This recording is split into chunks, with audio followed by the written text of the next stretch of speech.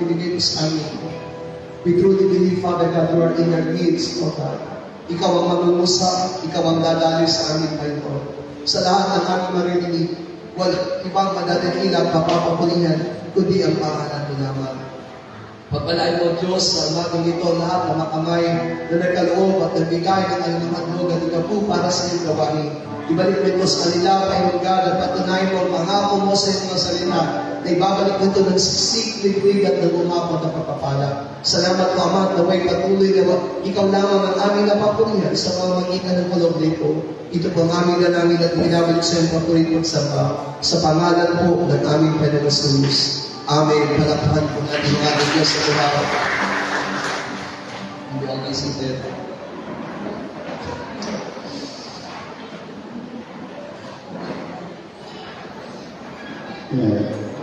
Last Friday, I explained to you about the world will be our glory in heaven.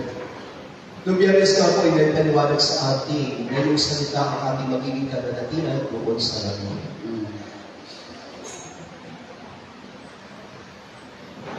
Second Corinthians chapter 5, Apostle Pablo said, when our earthly house is destroyed, the heavenly house will come upon to us. Ang sabi po doon sa ikalawang Korinto kabanata 5, sinabi ni Apostol Pablo na kapag nasira na po itong tabernakulo nasa atin ngayon na dinidirahan, meron po isang tabernakulo na nakalaan sa atin doon sa langit. Romans chapter 8, 23, that is to be, will be adoption of God and going to the direction of our body. Asa ng mga kabanatang 8, talatang 23, ito po yung tinatawag na sa ating na muling pagkabuhay ng ating pong katawan. The word had a spirit became body of Christ. Yung salita po, Espiritu ng Ama, ay naging katawan ni Yesu Cristo.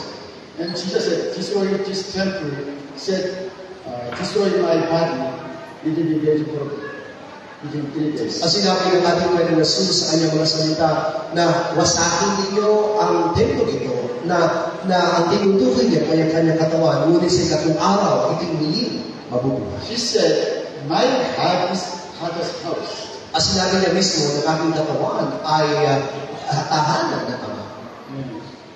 That's why Jesus said, after I go to heaven and prepare your shelter, and come back to you. At sinabi rin ng ating Panginoon Jesus, ako'y paparoon sa Ama upang ipaghanda kayo ng inyong matitira. At kapag ipaghanda ko na kayo, ako'y muli babalik. That's why Romans chapter 8, Holy Spirit want to help us, and Jesus Christ in heaven now pray for us, intercede us for get heavenly body. Sa mga kabanatang mo, ang Banal na Espiritu Santo ay tinutulungan ng bawat sa atin na mamanhik at yun din po sa kanalitaan na nakabuo sa trono ng ating Panginoon sa Kristo na siya namamagitan sa atin upang tayo ay tulungan na magkamit ng katawan ito.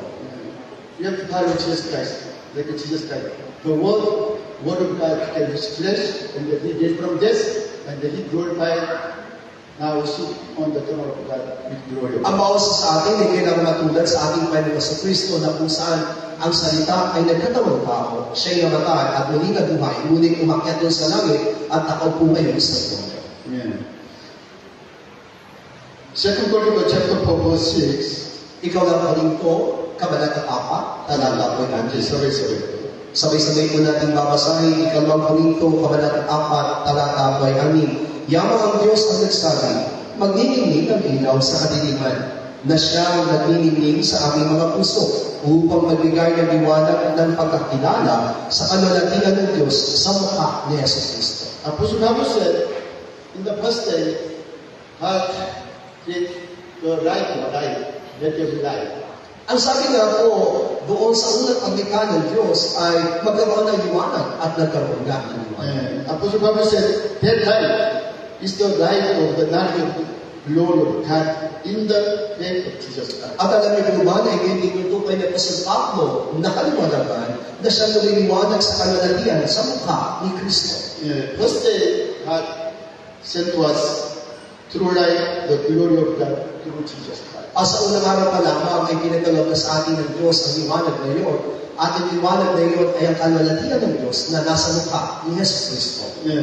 In the John chapter 1 verse 4, in him, in the Logos was life, and the life was the life of man. At sinabi nga po na Juan, Kabanata 1, talatang 4, nasa kanyang buhay at ang buhay ay siyang ilaw ng mga tao. Apostle Pablo said, first day, God sent to us glory of God in Jesus Christ. Ibig sabihin, na unawaan po ni Apostol Pablo na sa unang araw pa lamang ay pinadala na sa atin ng Diyos ang kaliwanagan ng kanyang panalatian sa pamamagitan ni Jesus Cristo. And Jesus said, in the first day, God sent to us the Logos, the Word, as the true light. At sinabi din mismo ng ating Panginoong Jesus na sa pasimula pa ay pinadala na ng Diyos ang Logos na yun bilang ating That's liwanag. why last Friday, we checked the Bible, all the Bible. There's God's glory in the Logos, Word of God. Kaya naman, pinag-aralan natin nung Biyernes na nandoon sa Logos na yun ang kanalatian ng Diyos. If there's no Word of God in you, there's no true resurrection. Kaya nga po kung hindi masusumpungan sa atin ang Logos o ang salita, wala na tayo masusumpungan muli ang tawag. Also, today, I want to explain about glory of God. What's the glory of God? At sa araw na ito, gusto ko rin po pag-aralan po natin yung tungkol sa kanalatian ng Diyos. Because if there's no glory of God in our spirit, we cannot enter God's kingdom. Sapagkat kung hindi natin natagli ang kanalatian na yun ng Diyos, hindi rin po tayo makapasok sa kanalatian ng Diyos. 1 Timothy chapter 6, 14 to 16. Okay, sabay-sabay. 1 Timothy, Unang Timoteo, 1 Timothy chapter 6 verse 14, diba? You keep His commandment without blemish until our Lord Jesus Christ appearing. sa 14, what? Chapter 6 verse 14. 1 Timothy chapter 6 verse 14. Sabi nga po doon sa unang Timoteo, kabanatang 6, talata 14, natuparin mo ang utos na walang lumis, walang kapintasan, hanggang sa pagpapakita ng ating Panginoon Jesus And Cristo. then verse 15, Jesus Christ will manifest His own time as the King of Kings and Lord of Lords. Na sinabi na doon sa kanyang kapanahunan, iyayag niya kanyang sarili bilang hari ng mga hari at Panginoon ng mga Panginoon. And then verse 16, only Jesus Christ is alone has immorality. Ang sinabi rin mismo ng ating Panginoon Jesus Cristo na siya naman po ang malaganda. And then He's only dwelling in unapproachable light. At sabi doon, siya po ay naroon sa hindi matatapos na liwanag. This light is glory of God the Father. At ang liwanag nito ay kumakatawan sa kalulalian ng Diyos. That's why now we sit on the throne, but we glory of God. Kaya naman nakaupo siya doon sa throne ng ang Diyos Ama na taglay ang kalulalian. Yeah. But whom no man has seen or can see, because Jesus Christ nearly did not. Alam sabi ko, walang sino na nakakita nito at makakakita nito sapagkat makapanghaw na hila si Jesus. Of course, 2,000 years ago, when Son of God became man, at the time, disciples of Jesus Christ, they saw Jesus Christ. Totoo naman po na 2,000 taon na nakalipas ang si Jesus Cristo ay magkatawang tao, nakita po talaga ng mukhaan ng mga alagad niya si Jesus Cristo. But already Jesus Christ come back to His own position as the God. Pero tandaan po natin na pagkatapos ng mga bagay na yun, ay nanumbalik sa Jesus Cristo bilang isang That's Diyos. why when He sit on the throne of God, He glory of God, you cannot see Him spiritually. Kaya naman, sa kanyang pagpupumuli doon sa trono ng Diyos Ama, hindi na natin siya makikitang mukhaan. Apostle Pablo prophesied he saw through light Jesus Christ on the way to the Damascus. Si Pablo po ay nakaranas po ng liwanag na yun nang siya po ay papunta sa Damasco. It is Acts chapter 12, 6 from verse 12. Verse 12 said, while it was occupied, as I journeyed to the Damascus with authority and commission from the chief priests. Sinabi mismo doon sa gawa kabanatang 26, talatang 12, hinggil dito sa paglalakbay kong patungo sa Damasco, na taglay ang kapahamanan at bilin ng mga pangulong saserdote. This apostle at midday I saw light from heaven, bright than the sun, right in the sky. Nagkatanghalian o hari ay nakita ko sa daan ang isang ilaw na mula sa langit. Jesus Christ started Apostle Pablo through light, with glory of God. Nagpakita si Jesus kay Pablo sa pamagitan ng liwanag ng kalalakihan ng Diyos. This glory was bright than the sunlight. At masasabi ko natin ng liwanag ng kalalakihan ay mas masinag pa sa araw. You see, daytime in the outside, it like no light. There's no light. Katulad nga po na kapag tayo po ay nasa arawan, hindi na tayo nangangailangan ng ilaw sapagkat hindi po ito umuepekto. But glory that cannot compare with sunlight. Kaya masasabi po natin na ganun din naman ang kalalaki ng Diyos na hindi ito may kukumpara sa liwanag ng araw. That's why verse 14 about when we all had fall to the ground and heard voice speaking to you, he said. At sa 14 at ng mga baso-baso sa lupa kaming lahat ay narinig ko ang isang tinig na nagsasalita sa akin. And then Jesus said, why do I worship me? At nagsabi ko, sino ka ba daw, Panginoon? Verse 15, Jesus said, why you wrote? Apostle Paul said, he said, I am Jesus, whom you are worshiping. Nang sinabi ni Saulo na bakit mo ako ni Jesus, na bakit mo ako pinagusi, ang sagot ng ating Panginoon ay ako si Jesus.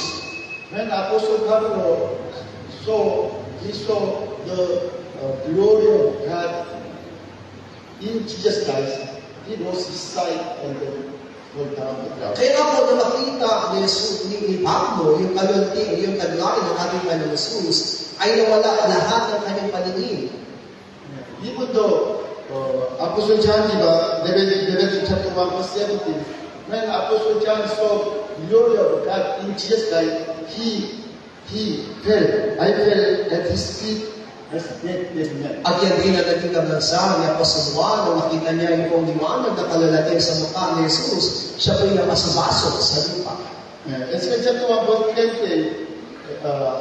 the prophet Ezekiel after saw the glory of God and explained to us what's the glory of God in heaven. At yan din ang naranasan ni Propeta Ezekiel na kung saan inililiwanag na sa atin kung ano yung klase ng liwanag na kalalating ng Diyos na kanyang naninig. He said, Ezekiel chapter 1 verse 20, like appearance of the rainbow in the cloud on the daily day.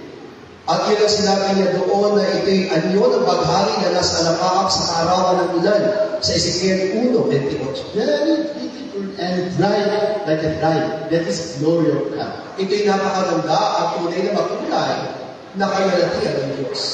Yeah. But this I really have to understand all the God's creation, creatures. When we have glory of God, we can come to Him. We can come to Jesus. At kailangan natin maunawa mabuti na lahat po ng mga nilikha ng Diyos, kapag tatagay po natin yung kanyang kalalatian, tayo ay makalalapit sa Kanya. Yeah, you know, outside there's many kind of flowers, even trees, but they are protected by the glory of God. At katulad din po ng mga halaman, katulad ng mga bulaklak at mga dahon ng mga halaman sa labas, ito po ay naiingatan na kalalatian ng Diyos. Yeah, Jesus said, God the Father, He planted all the flowers and trees in the world and protecting and then nursing. At binanggit na natin kanyang Jesus na lahat ng bagay o halaman na nasa labas o nasa sanlibutan ay inilagay ng Diyos Ama at ito'y kanyang iniingatan. Yeah, that's why you see Matthew chapter 6, Mateo Kabanata 28 hanggang 31. Okay, sabay-sabay tayo. 28 hanggang 31. At tungkol sa pananamit, bakit kayo nangababalisa? Wariin ninyo ang mga lirio sa parang kung paano nagsisilati, hindi na nagpapata, hindi na nagsisinulit man. Kayo'y may sinasabi ko sa iyo na tayo sa Solomon man sa buong kalulatian niya ay hindi nakapagpaya ng gaya sa isang mga ito.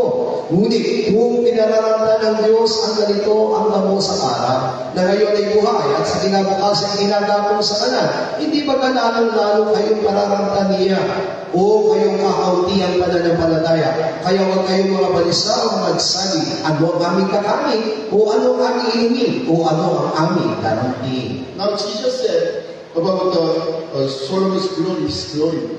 Dito ay binabanggit ni Jesus yung kamalatian na taglay ni Solomon. And historically, also through Bible, we can understand the glory of Solomon. Ibig sabihin sa kasaysayan po, ang kalalatiang taglay ni Solomon ay ibinigay din ng Diyos. About his wisdom and knowledge, about his wealth.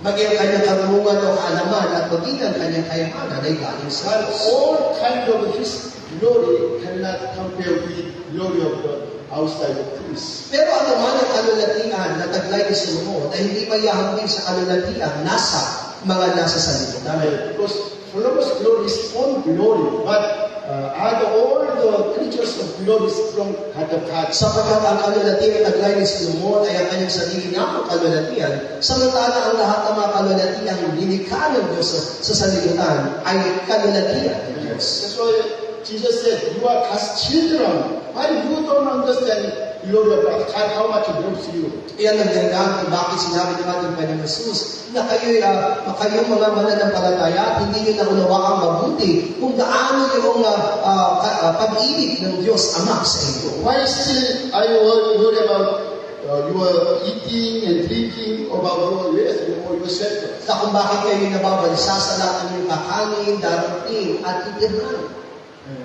Even the angels, they are staying in God's glory. Kahit ang mga anghel ay nananatili sa pamamagitan ng kalalatian ng Diyos. As glory of God come upon angel, they are through angel of God. Kaya naman yung kalalatian yun ay ginagawa sa lahat ng anghel upang sila'y maging tunay na anghel ng Diyos. So this is not simple. If you have no glory of God, you cannot into God's kingdom and in heaven. Seryoso po ang pinag-aaralan po natin sapagkat hindi natin tataglayin ang kalalatian ito ng Diyos, hindi tayo makakarating sa kanyang kalalatian at makakapasok sa kanyang kaharian. Do you have glory of God? Taglay ba natin ang kalalatian ng Diyos? Do you understand how can you get glory of God? Pero naunawaan ba natin, paano natin tataglayin ang kalalatian ng Diyos? This is not only story of joking. This is the true word of God. Hindi lamang ito basta kasaysayan, kundi ito'y katotohanan at salita. That's why this needs to be careful. Kaya kailangan natin makinig mabuti upang tayo para sa ating buhay. Job chapter 25 verse 3. Job 25:3. Which means all the armies of God, the angels, they have right of God, God's glory. Kahit po yung mga kubo na sinasabi po ng Diyos ay tinataglay nila yung kalalatian ng Diyos. Sabay-sabay tayo. 25:3 ng Job, may anumang bilang ba sa kanyang mga kubo ang doon na hindi sinisikatan ng kanyang liwanag? And then Luke chapter 9 verse 26. When Jesus said, I come back to you with my own glory, Father's glory, and the glory of the angels. As sinabi din doon sa Lucas 9:26 na ako'y paparito muli, sabi niya dito, nataglay ang kanyang kalalatian sa kalalatian ng mga mga banal na anghel. Hallelujah. Amen. All the angels of God, they have glory of God. Ibig sabihin, pati ang mga anghel ng Diyos ay taglay nila ang kalalatian ng Diyos. Revelation chapter 10 verse 1. Ahayag 10:1. At nakita ko ang ibang malakas na anghel na nananang mula sa langit at nabibilisan ng isang paa. Ang mga baghari ay nasa kanyang ulo at ang kanyang mukha ay gaya ng araw at ang kanyang mga paa ay gaya ng mga halibing apoy. Like this, mighty angel coming down from heaven, but he crossed with cloud and then like the God's glory, like the rainbow on the head. Ang sabi dito, yung malalakas na anghel na nananang sa langit ay nabibilisan ng isang alapaa at naroon ang isang maghari sa kanilang ulo. By the angel, by the glory of God, his face like a sunbeam, his face like a pillar of the fire. Sa pamagitan nga po ng kalalatian ng Diyos, ang kanyang mga mukha ay gaya ng isang araw at ang kanyang mga paa ay parang mga haligi ng apoy. Satan was the angel of God, but after becoming sinner, he lost God's glory. Si Satanas ay dating anghel ng Diyos, ngunit nang siya'y magkasala, nawala sa kanya yung kalwalatian ng Diyos. Satan and his workers, all the workers, they have no glory of God. Kaya nga po masasabi natin, si Satanas at ang kanyang makampon ay wala na po taglay na kalwalatian ng Diyos. You know, all the true angels of God, all the time, they can come to us and then go back to heaven. Lahat ng mga tunay na anghel ng Diyos ay maaaring bumaba sa atin at muling bumalik po sa kanilang Diyos. Because through God's glory, they can move time to time. They can move to all the place. At nagagawa nila ang gawain ito sa pamamagitan ng kalwalatian ng Diyos na pwede silang magpunta sa iba't ibang lugar.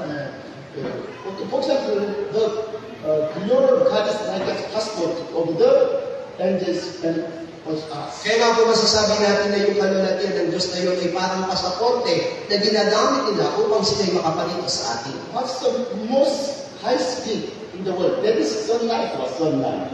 At alam natin na kung meron ng pinakamabilis na pagtakbo sa mundong ginagalawan natin ay yung silat ng araw.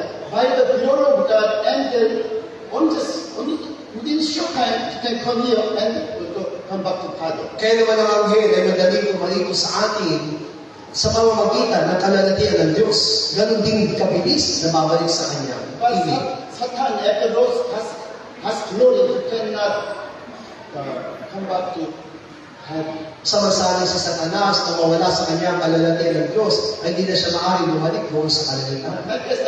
He lost his wings, divine wings. He has glory wings, like lost his wings. Kaya nga po, masasabi po natin na kawalan ng kanyang kalwalatian ay parang nawalan siya ng pakpak. 2 Corinthians 11, chapter 11, 14 to 15, sabay-sabay tayo. Ikalawang Korinto 11, 14 hanggang 15. At hindi na nakataka sapagkat si Satanas man ay nagpapakunwa rin ang anghel ng kaliwanagan.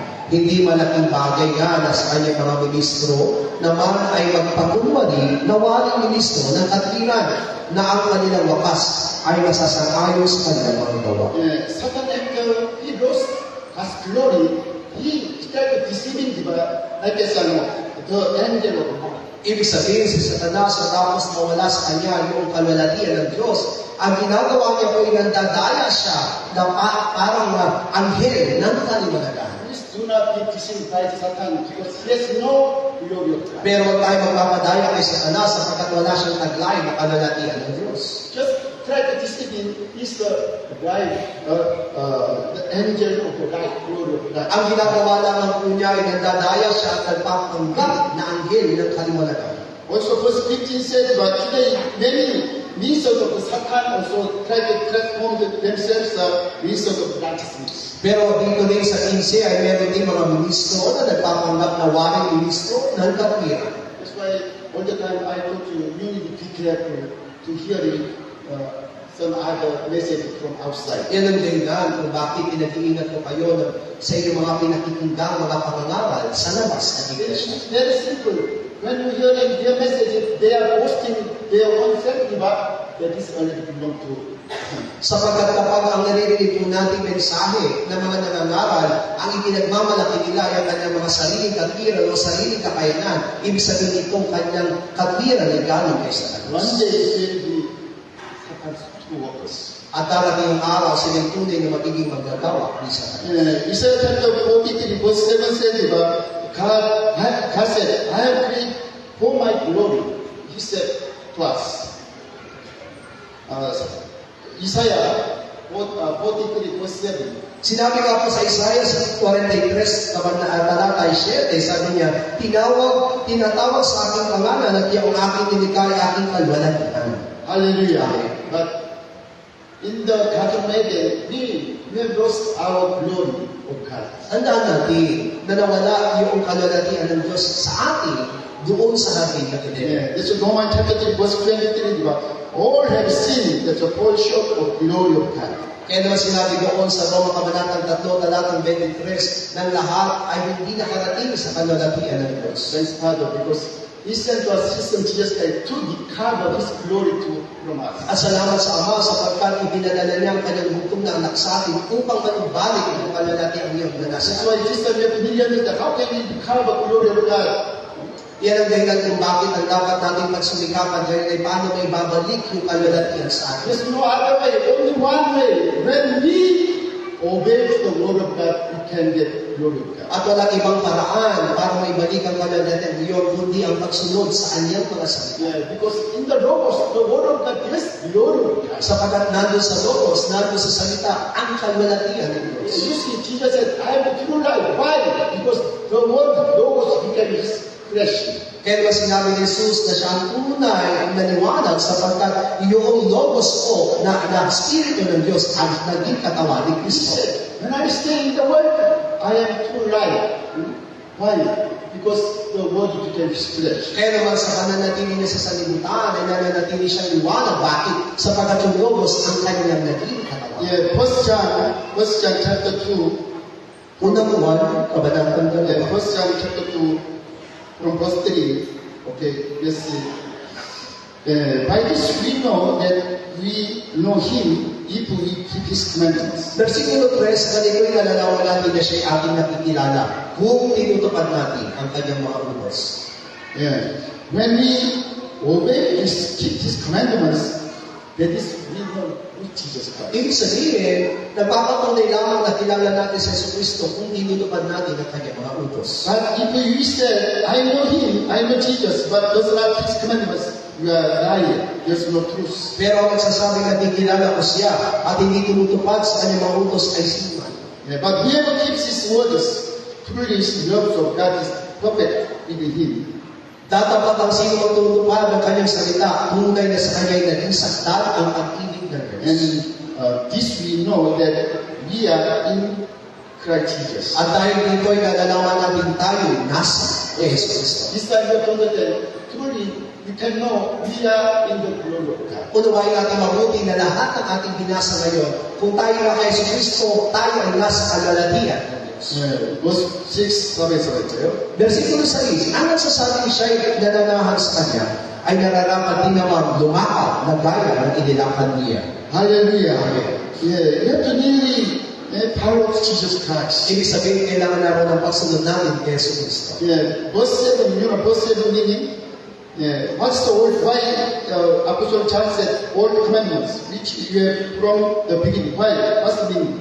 Ano ba yung sinasabi doon sa versikulo 7 na bagong utos na inyong natanggap buhat pa sa simula? What's the past commandments? Ano ba yung utos ng Diyos? Love your God and love your neighbor as yourself. Mahalin ng Diyos at mahalin ng kapwa tayo ng pagmamahal sa iyong sarili. Love, that is past commandments. Ibig sabihin, ang tunay na utos ng Diyos ay pag-ibig. In the Garden of Eden, God said to Adam, if you love me, obey my commandments. Asa naman ang Eden, ang utos kay Adan, kung mahal mo ko, susundin mo ang aking mga utos.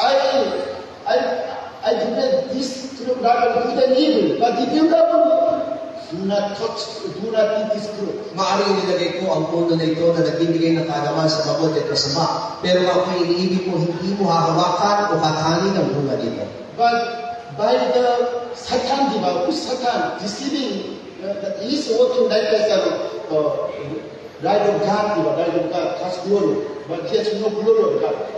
By the deceiving of Satan, he and becomes sin. Pero sa pamamagitan ni Satanas, nadaya ko ang tao sapagkat naglagak ito bilang isang kaliwanagan.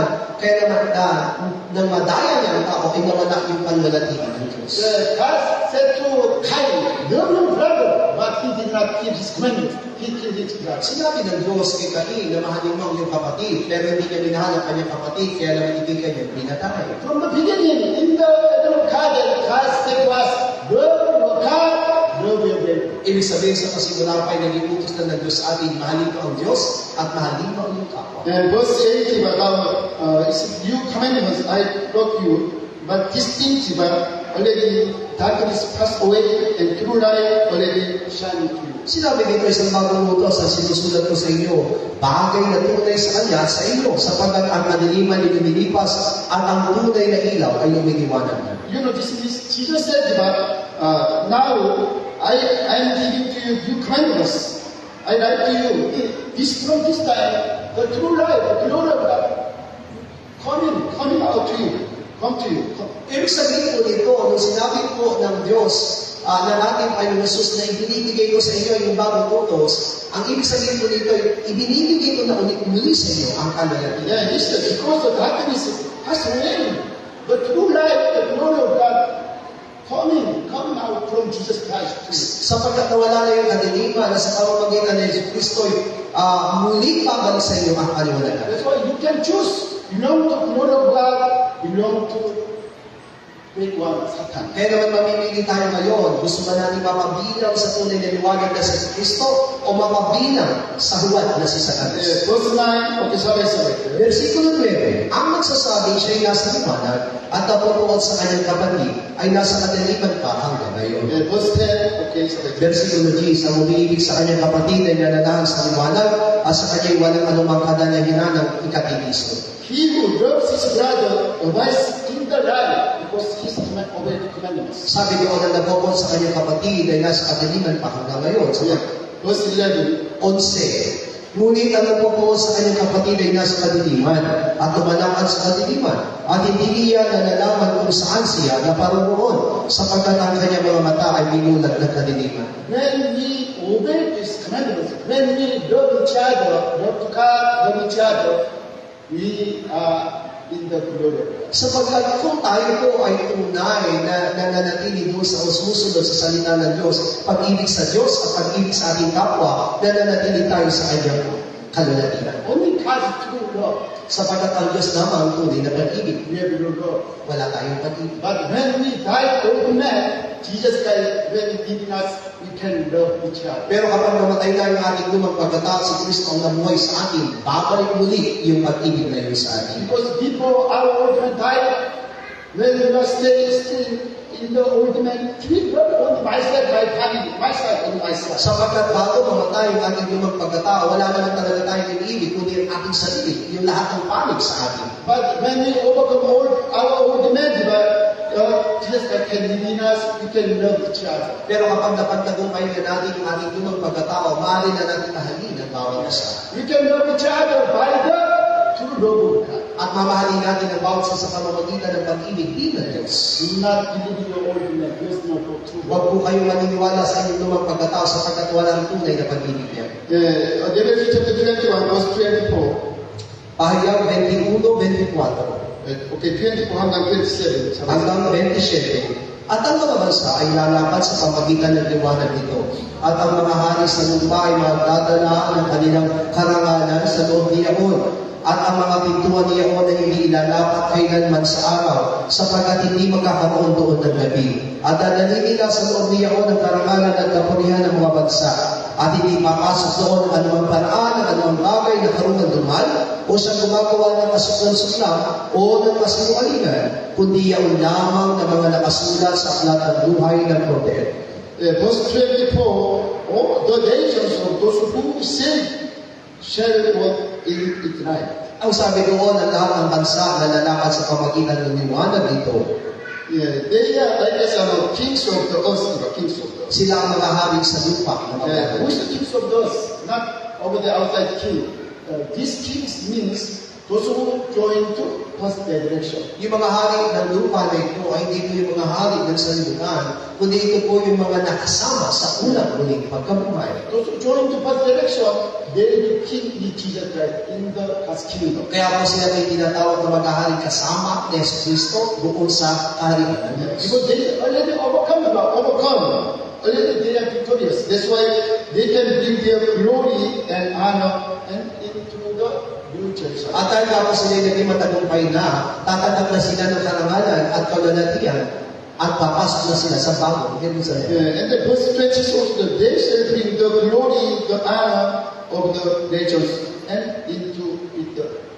At sabi doon sa 26, nadadali nila sa loob niyaon ang karangalan at kapurihan.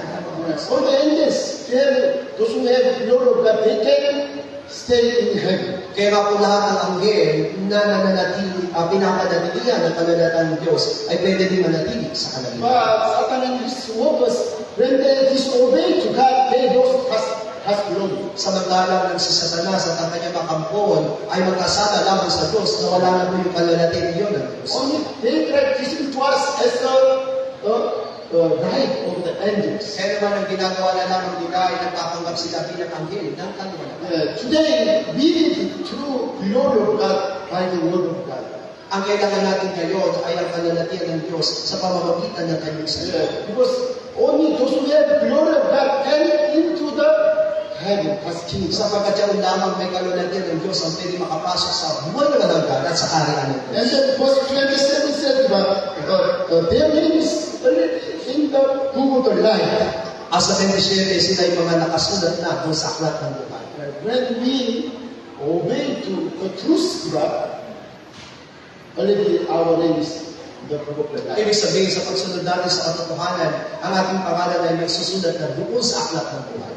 And then we have the glory of God, and then we can enter the house kingdom. At tataglay na po natin yung kaluwalhatian ng Diyos at makakapasok na tayo sa arian ng One Diyos. more time I told you, this glory of God in the Logos word of God. Minsan pa, sinasabi ko sa inyo na kaluwalhatian ng Diyos ay nandoon sa Logos o salita. There's life in the Logos word of God. At mula doon sa Logos na yun ay nandoon ang buhay at liwanag. But when we obey to His commandments, love to God and love each other, at that time, our name is written in the book of life. Kaya naman sa pagsunod natin sa utos ng Diyos na mahalin mo ang Diyos at mahalin mo ang iyong kapwa, may susulat ang ating pangalan sa aklat ng buhay. By the obey to His commandments, we can receive glory of God and we can enter the kingdom. Sa pamagitan ng pagsunod sa mga utos ng Diyos ay tataglayin natin ang kanyang kaluwalhatian at iyon ang magiging dahilan na makakapasok tayo sa kanyang harian. We have to obey. But until our old man died, we cannot obey. Kailangan natin sumunod, pero hindi tayo makakasunod hanggat hindi namamatay ang ating gulong pagkatao. We have to keep His commandments, love each other. But until our old man died, we cannot love each other. Kailangan natin manatilihin ang utos ng Diyos, pero hindi mananatili ito sa atin hanggat hindi namamatay ang ating gulong pagkatao. But even through this time, you try to love God and your brothers and sisters. Pero ngayon, kailangan natin magpumilit na mahalin ang Diyos at mahalin ang ating mga kapalitan. Time come, by the Holy Spirit, we can overcome. Sapagkat darating ang araw sa pamagitan ng Banal na Espiritu Santo, tayo magiging managumpay. Please do not be like as a Cain. He did not love his brother, and kill him. Huwag tayo maging katulad ni Cain na hindi niya kayang mahalin ang kanyang kapatid. Because he was belong to the devil. Sapagkat siya'y kabilang sa siya. This time, okay, let's pray. Tayo din mananalangin sa oras. When you pray to God, Father, please let me understand the glory of God. Let me obey His commandments and then receive glory of God. Ay panalangin natin na maunawaan natin yung tunay na kaluwalhatian ng Diyos. At kapag naunawaan na natin ito, natanggapin natin ang salita ng Diyos. Let's shout 3 times. Oh my soul, let's pray. Oh my soul, overcome. At tayo din mananalangin. Oh my soul, overcome. Oh my soul, overcome. Oh my soul, overcome. Gusto na ikaw, ikaw na nasa namin, Panginoon God. Namin ang kaluwalhatian ng ikaw. Sa ilaw namin, ikaw lang ang nasa namin, Panginoon. Kaya mo maging nasunulit at sa inyong utos. Ang iyong kami ng tawag ay magbalik sa buhay ng bawat sa inyo. Sapagkat wala kaming magagawa. That's why we pray, Father God, that let our own self die on the cross, O God, so that that glory will be restored unto us, O God. At yan ang aming pinapanalangin sa iyo. Hayaan mo naman ang balik ang kaluwalhatian ng Lord upang sa ganon magawa namin ibigin ka, ibigin ang aming mga kapwa ng Diyos at patuloy na kaluwalhatian mo, Diyos, ay magliwanag sa buhay na mas sa amin. Only your word has the glory. Only your word has the glory. That's why we need to obey your word and help us to obey your word by the Holy Spirit. Nananalig kami sa iyong katapatan at nananalig kami sa iyong kabutihan. Ikaw lamang, Panginoon Diyos, ang malayang mamuna. Ikaw lamang ang malayang gagalaw sa buhay ng bawat sa amin. Salamat po, Ama, tinagin namin ang katagumpayan sa pangalan po ng aming Panginoon Jesus. Amen.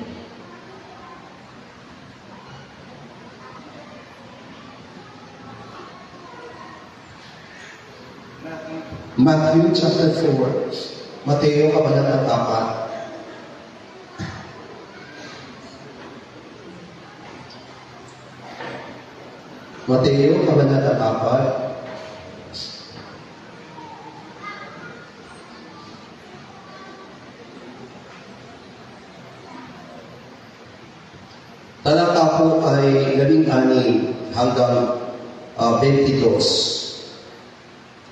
Mateo, Kabanata 4, talata 16 hanggang 22.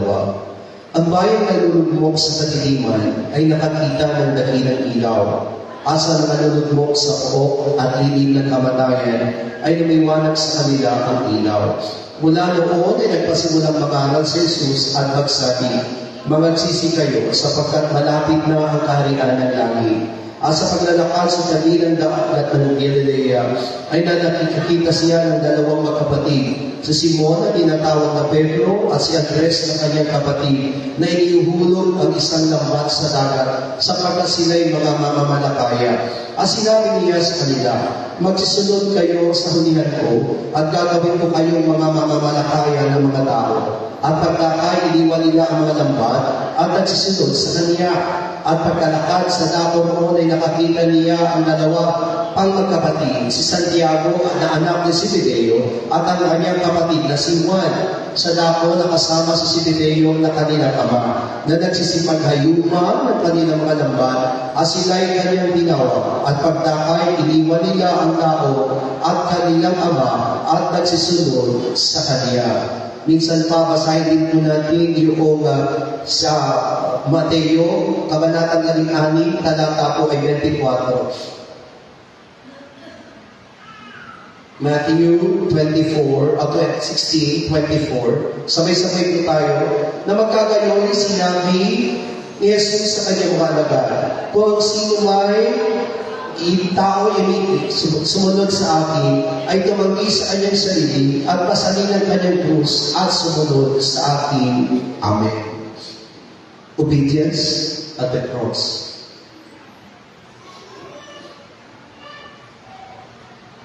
There are two kinds of obedience that we have read from our text for today. The first obedience and the second obedience. Unang pagsunod at pangalawang pagsunod.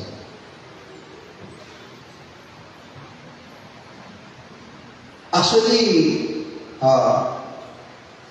lahat po tayo ay masasabi po natin nagpasya tayo sumunod sa ating Panginoon Jesus.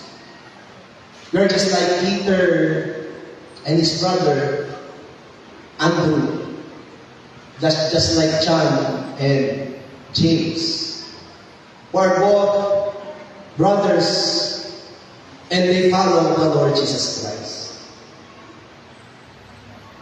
It's very simple sapagkat tinawag sila ng ating Panginoong Jesus when He's walking along the seashore and He saw these brothers making this net for their fishermen. Ang nagsabi doon ay, "Halik kayo at sumunod kayo sa akin." Makikita po natin doon na the disciples easily turn their backs from their life. Madali nilang inayuan, madali nilang iniwan. And according to the Word of God that we have read, mula din sa salita ng Diyos na ito, nakita natin, iniwan nila ang kanyang ama, iniwan nila yung kanilang lambat, iniwan nila yung kanilang bangka, at sumunod kay Jesus.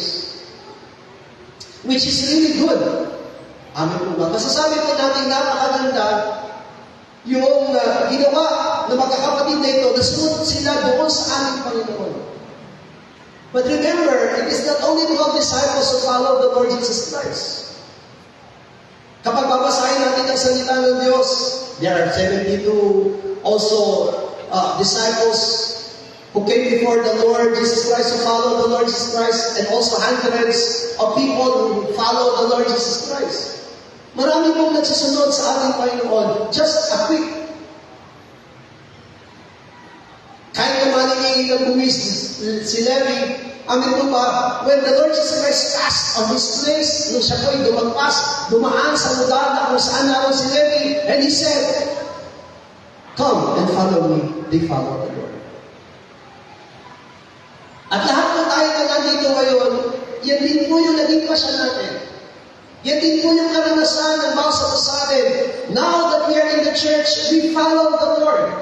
Sumusunod tayo sa ating Panginoon. Kaya siguro marami mananampalataya, sinasabi nila, ako, sumusunod na ako sa Panginoon. Amen? But all those things are just first step. Lahat ng bagay na ginawa po natin, unang hakbang pa lamang. Amen? I remember nung nakakilala ko sa Panginoon, hindi ganun kadali din nang tawagin ako ng ating Panginoon. 1991, when I accepted the Lord Jesus Christ, ayoko po na nakikinig ng salita ng Diyos.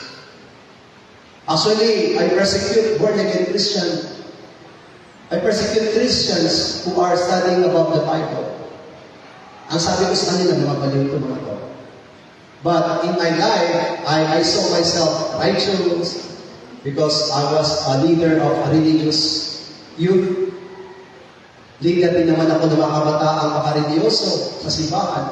Kaya sinasabi ko, tama yung ginagawa ko. But at that time, maganda ang trabaho ko. Kumikita ako ng maganda. Amen.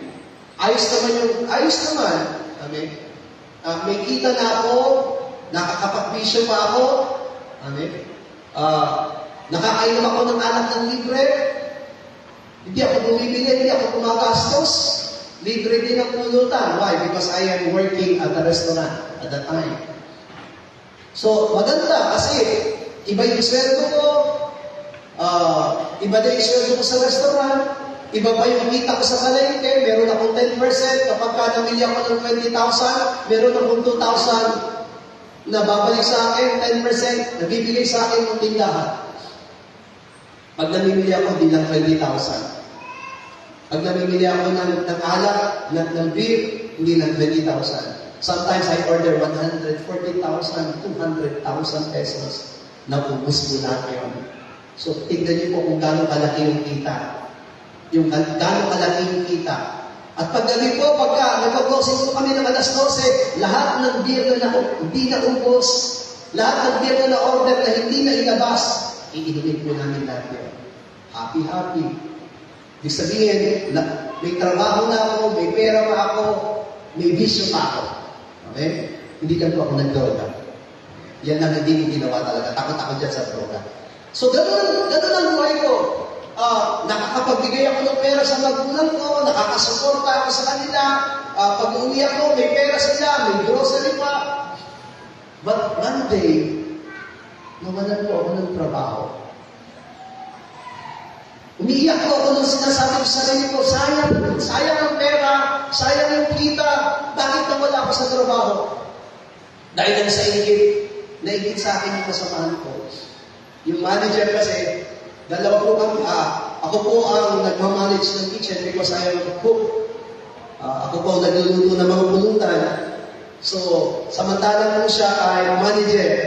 Pero imbis na siyang pagkatiwalaan, ako yung pinagkakatiwalaan. So, siniraan po niya ako. And our 5 owners of the restaurant said to me, Manny, today is your last day.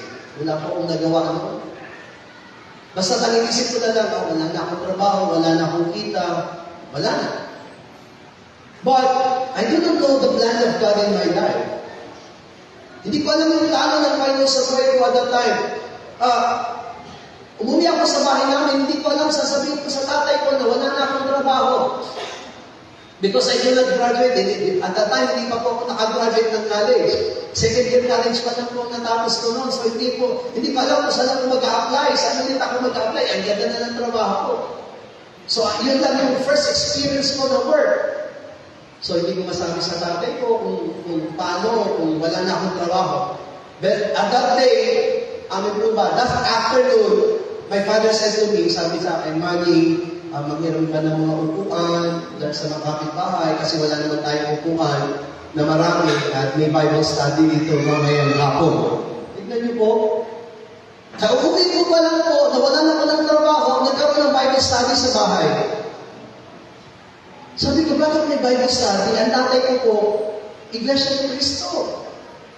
Naging Katoliko dahil nag-asawa ng isang Katoliko. Pero sabi niya, against din siya sa mga born again. Oh, nakakatawa yung tatay ko, against siya sa born again, pero mahal niya yung pastor. Amen? Kasi yung pastor namin, taga-Rondon. Sabi ng pastor, sabi ng tatay ko, oh, pastor, bakit malungkot ka? Sabi ng pastor, kasi tatay Mandy, yung bahay na pupuntahan namin na magba-Bible study, umalis. Kaya hindi natuloy yung Bible study. Ang sabi ng tatay ko, kung wala kang Bible study din sa bahay na yun, dito ka na lang ang Bible study. Tignan mo yung tatay ko, di ba? So, doon mo nagkaroon ng Bible study sa bahay namin, masasabi ko sa aking sarili, aksidente. Pero sabi nga sa Biblia, walang aksidente sa Diyos. Lahat ay kalooban niya. So, nagkaroon ng Bible study. Tignan niyo pa, nagkaroon ng Bible study, nag-aaral ng Biblia, nakikinig ako sa salita ng Diyos, hindi ko pinakikinggan yung salita ng Diyos. So, totoo na, nakaupo po ako kasi pinuupo ko ng tatay ko. Siyempre, anak lang ako, wala akong karapatang lumaban sa kanya. Habang nakaupo ako, nakikinig ng salita ng Diyos, I do not hear the word of God. Yes, I do not hear the word of God. Pagkatapos ko ng gawain, eto na. Amen? Tumayo na mong lahat. Ang sabi ko ng pastor, ngayon po, bago po tayo umalis, magkamayan tayo sa bawat isa. Yung pong kantang I love you with the love of the Lord, malaki pong impact yan sa akin. Ang sabi ko, awinin po natin, oh, I love you with the love of the Lord, at kamayan po natin yung mga kapatiran. Noong nagkakamayan na po, isa sa mga anak ko, hindi ko pinakausap. Ganun po ako pa-pride. Sabi nga, with your old self, kapag may old self ka, ma-pride, kahit na matanda, ilalabanan, ganun po ako. Amen. Wala akong pakialam sa'yo, matanda ka man o hindi. Basta, kinalaban mo ako, kakalabanin din kita. So at that time, hindi ko iniisip na kakamayan pa ako noon. Because she's already born again Christian, ako hindi pa. So nagkakamayan na po sila. Alam niyo naman pag bago, di ba? Pag baguhan ka pa lang sa gawain ng Panginoon, hindi ka lumalakad kapag nakikipagkamayan. Ano ang trabaho mo mga bago pa lang? Nakatayo ka lang, hinihintay mo lang na lalaban sila, tapos kakamay ka, di ba? Amen? Dito marami pa rin baguhan. Yung parang datihan na hindi lumalapit. Pero, di ba? Lalapitan ka, kakamay ka. Yung auntie ko po, hindi ako kinamayan. Alam niyo po ginawa niya sa akin? Niyakap niya ako. At ang sabi niya sa akin, I love you with the love of the Lord. Yung sinasabi ni Pastor John kanina na, if our old self is not yet died, we cannot love. Di ba? Kaya nung niyakap niya po ako, naitanong ko sa sarili ko, bakit niya ako niyakap? Paano niya nakuha ang gawin iyon na magpakumbaba samantalang mas bata ako sa kanya? Yun na po yung simula na ako po ay, ang tawag dito? Ako po ay naglingkod sa Panginoon, nakakilala sa Panginoon, sunod-sunod na sa gawain ng Panginoon. Kung nasa na gawain ng Panginoon, nandun din po ako. That is really my life. But, to tell you frankly, even I'm already song leader of the church, kahit song leader na po ako ng iglesia, nagsusugal pa po ako. So, leader na po ako ng church namin ng paglinggo, nagpapaawit ako, pero pag uwi ko sa bahay namin, hindi na ako umiinom ng alak, hindi na ako naninigarilyo, pero nagsusugal pa rin ako. What do you mean by this one?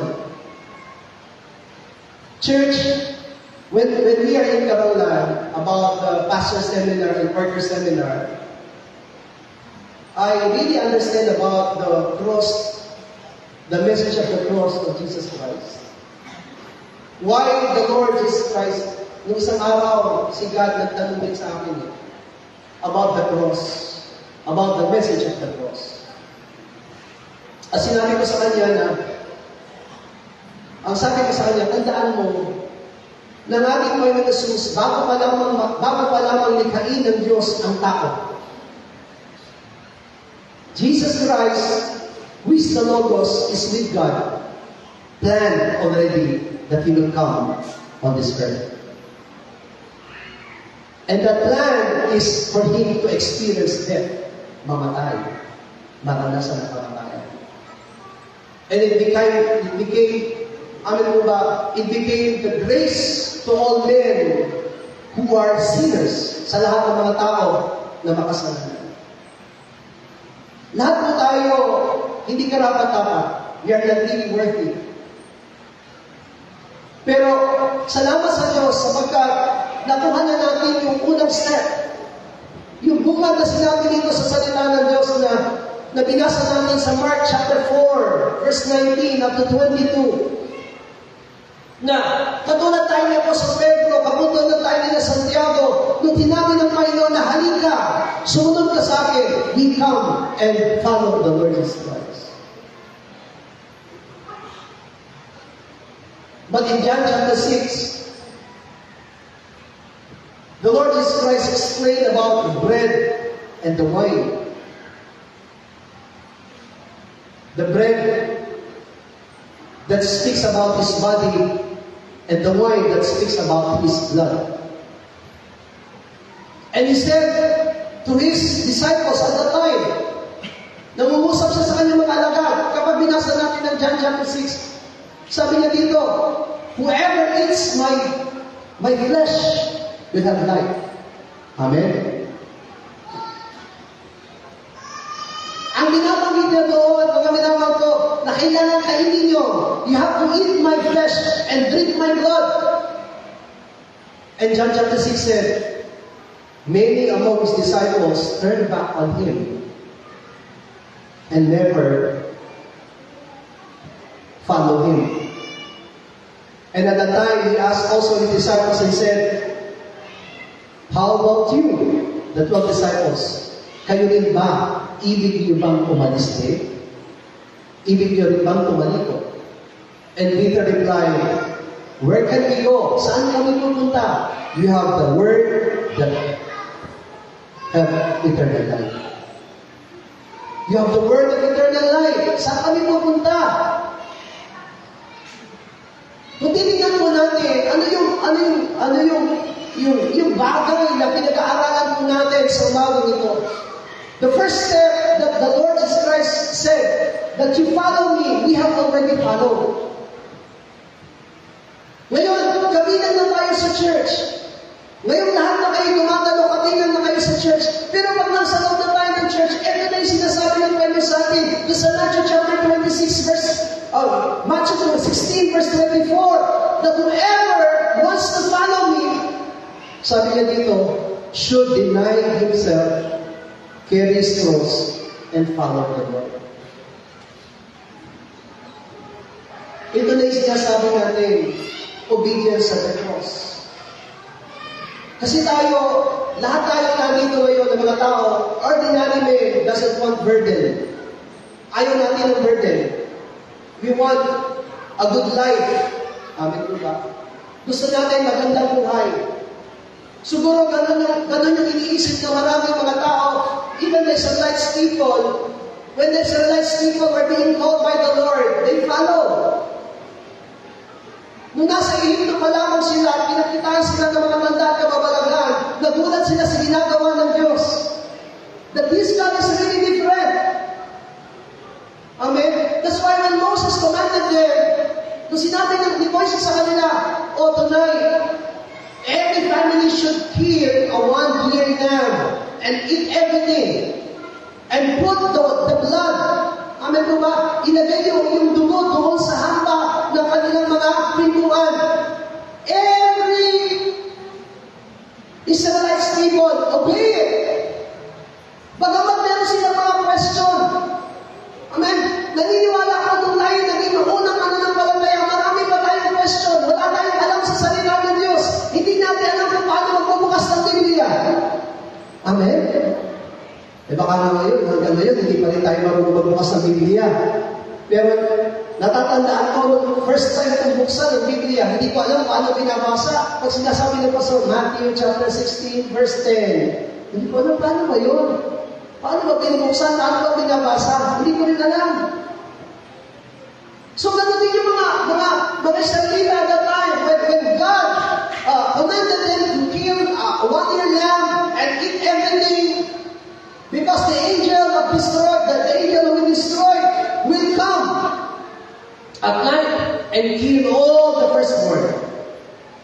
Tignan niyo po, sumunod sila, di ba? Nagpatay sila, kumain sila, nilagay nila yung blood. Kahit na maraming question, tandaan mo natin, matigas ang ulo ng mga salita. Kaya kinakailangan ng 10 flakes, 10 salot para sila matulog. Hindi po basta-basta. So, nung nakita nilang may namatay, ito na. Amen po ba? Really, God is alive. God is good.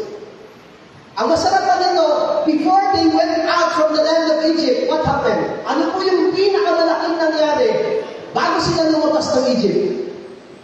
All the Egyptians give all their jewelries, golds, silver. Amen? Binigay sa mga salita. Amen? Alam niyo po, mga tao, kapag maraming ginto at saka tila, ay masaya. Amen? Ikaw pa naman ang bigyan. Hindi ka ba masaya? Binibigyan ka. Masarap pala yung ganito. Amen po ba? God is good. Amen? Amen? Nakikinig mo ba tayo? So masaya sila when every Egyptians give. Kasi utos ng Diyos yun. That command is from God. You will not go out from the land of Egypt empty. Hindi kayo lalabas ng Egypto na walang dala-dala. Ako, kapag yan ang pinangalas ng mga mananampalataya, God will bless you. At tuwa po ang mga mananampalataya. God will supply everything that you need. Tuwa ang mga mananampalataya. Hallelujah. But this is really what happened. They marched. Amen. Kaya, naunawa ko mabuti yung pinaliwanag sa atin ni Pastor Jeff about the 2 songs. Amen. The songs of Moses, amen po ba? Why?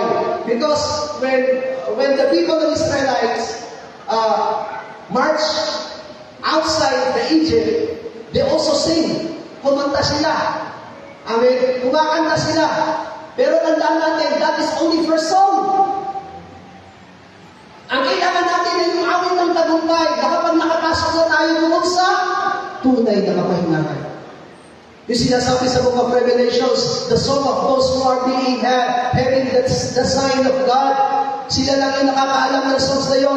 Bakit? Sapagkat sila lang yung naging matagumpay. Sila lang yung binigyan ng batong puti na may bagong pangalan ng Diyos na siya lang ang nakakaalam. Yung lamang binigyan ang nakakaalam. Sapagkat siya yung naging matagumpay. Hallelujah.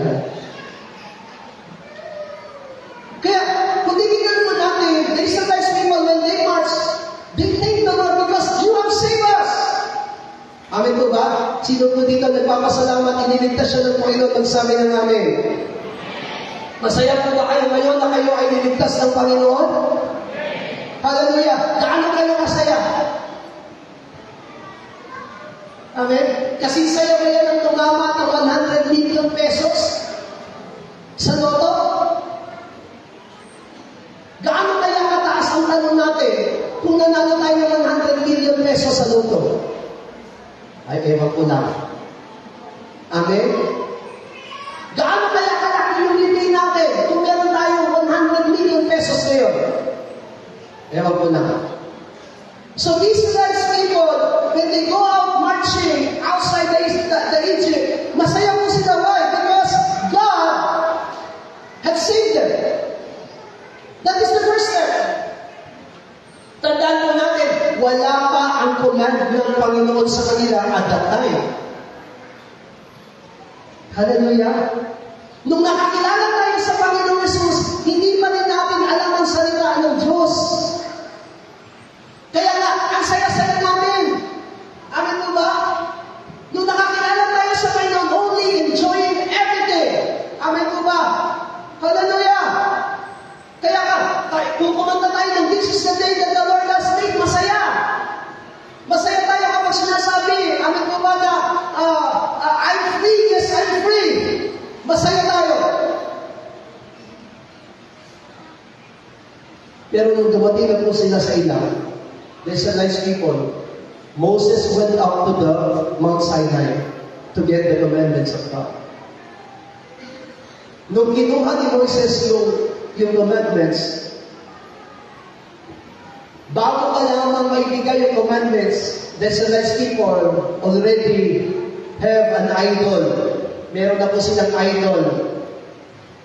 Amen? Meron na silang idol. At yung idol na yun ay sinasamba nila. Sabi niyo, you have to choose. Are you going to worship that idol or worship God? Pero lahat ang umili po doon sa idol na yun, namatay po sila at naibaon sa lupa. From then on, simula po nang matanggap nila yung kautusan, they should live according to the commandments of God. Hallelujah! Kailangan nilang sumunod. Pero titignan po natin, 11 days lang ang travel from Egypt to Canaan. Hallelujah! Sa original po, 11 days lang po yan. Madali lang po yan lakbayin. Inuulit-ulit po namin dito sa inyo, 11 days lang po. Pero ilang taon naglakbay ang Egypt to Canaan ng Israelita? 40 years. It takes 40 years. Bakit? Kasi sa loob ng 40 years, kailangan mamatay yung lumang pagkatao. Kaya nasasabi ko na, hindi pala ganun kadali talaga mamatay yung lumang pagkatao. Why? Because that is yourself. Yung nagsasabi dito na namatay na yung lumang pagkatao, praise God to you. Glory to God to you. Pero tandaan natin, mahirap mamatay ang lumang pagkatao. That even as a pastors, not yet. Meron pa rin. Amen? Nung isang araw lang po, nag-chat po ako sa messenger. Nag-chat po ako dahil masama yung loob ko dun sa tao na yun. Opo, sobra yung sama ng loob ko sa tao na to. And then at that time, sobrang haba na po yung chat ko, kachat-chat ko, ganyan. Tinatanong ko siya, bakit parang galit ka sa akin, wala naman akong ginawang masama sa'yo. Yung hindi ko kaya, di mo naging kung bakit gano'n ang ginagawa niya sa akin, samantala wala naman akong ginawang masama sa kanya. So habang nag-chat ako, gusto ko na talaga i-send. Pero alam niyo ba kung ba? Alam niyo ang nangyari? Biglang may kumatawag, Pastor, binitawan ko po yung cellphone. Amen? Binitawan ko na yung cellphone ko. So yung chat ko, hindi ko na naituloy. Nagkanina po kami ng kausap ko. Sinabi ka, pinapaliwanag ko po sa kanya kasi meron siya hindi maintindihan. So pinapaliwanag ko po sa kanya, ganyan. Hindi ko pala na-send yung aking chat sa kanya. It means, as a pastor, bilang pastor, sumasama pa rin ang loob ko. At ang sama ng loob, hindi kalooban ng Diyos. That is my own self. Hallelujah. Lahat waro na hindi na sumasama ang loob, magsabi ng malakas na Amen! So, ibig sabihin, lahat tayo, meron pang old self. Hallelujah? May old self. Kasi, yung sama ng loob, hindi kalooban ng Diyos. That is our former life. At yun yung naramdaman. Ito na naman, meron na naman siya. Kanina umaga, pinagpa-dedicate kasi ngayong araw na ito eh. Sabi ko sa kapatiran natin, i-print ko na. Sa bahay ko, may dalawa kaming printer. Amen. Isang Canon, isang HP. So, wala naman ako. Kumbaga, kampanya ako na, okay na, pag-print ko to. So, na-type ko na po, kompleto na lahat. Kinuha ko pa yung laptop kaninang madaling araw dito sa shop kasi nasa shop yung aking laptop na dito sa shop ni Mrs. So, kinuha namin. Amen. So, pagkakuha ko, natapos ko yung lahat, piniprint ko na. Nag-iilaw ko yung aking printer. Kulay red. Wala na siyang ink. Sabi ko, umiinit yung ulo ko. Amen. Hindi ko na alam kung nagagawin ko. Gusto ko nang iba-ibag yung laptop. Kasi hindi ko ma-print. Sabi ko, Lord, bakit ganito? Sabi ng asawa ko, oh my soul, overcome. Oh my soul, overcome your own self. Kasi alam niya kapag nag-init na rin yung ulo ko.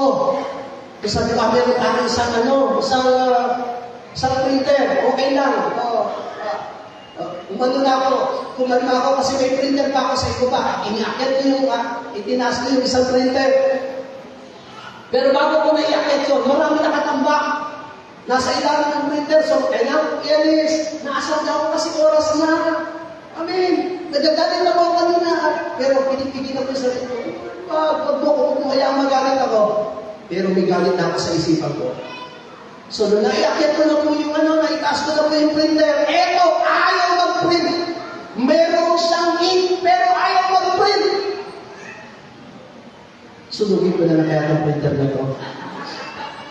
Because there are two printers, pero ayaw mag-print. Ay, sabi ko, magkaroon ka na lang ako ng USB. Ilagay ko sa USB, utusan ko yung misis ko para ipaprint. Ang problema, wala akong makita kahit isang USB. Apat yung USB ko, wala akong makita. Gusto ko na nang magalit, pinantag ko lahat ng bag ko, wala akong makita. Wala talaga. Kaysa sa magalit ako, sinat ko yung kapatiran, sister, to follow na lang yung certificate. I can dedicate the child, pero walang certificate. Hindi ko nakikita yung kanyang reply. Naligo na po ako kasi oras na at kailangan na pumunta sa church. It means my own self manifest. Hallelujah. My own self manifest. The Israelites people, when they were in the wilderness, their own self manifest. Tandaan po natin, hindi natin pwede sabihin, hindi sumunod ang mga salita. Sumunod ang mga salita. That's why they are called assemblies in the desert. Church of the desert. Church in the desert. Amen? Tayo din, nandito tayo, sumunod na tayo sa ating Panginoon Jesus. But the problem, may problema tayo, we cannot deny our own self. Tapos nung nandun kami sa Karangan, ang sabi ng Panginoon sa mensahe niya, yes, you cannot remove the old self. Patay. Hindi na maalis ang old self. Hallelujah. You cannot kill your old self. Tandaan niyo po, hindi niyo mapapatay ang old self ninyo, but you can deny it. Nagmamanifesto siya, pero pwede mo siyang sabihin, hindi ikaw ako. Ikaw yung dati kong pagkatao, pero ako ay binago na ni Kristo, kaya hindi kita pwedeng sundin.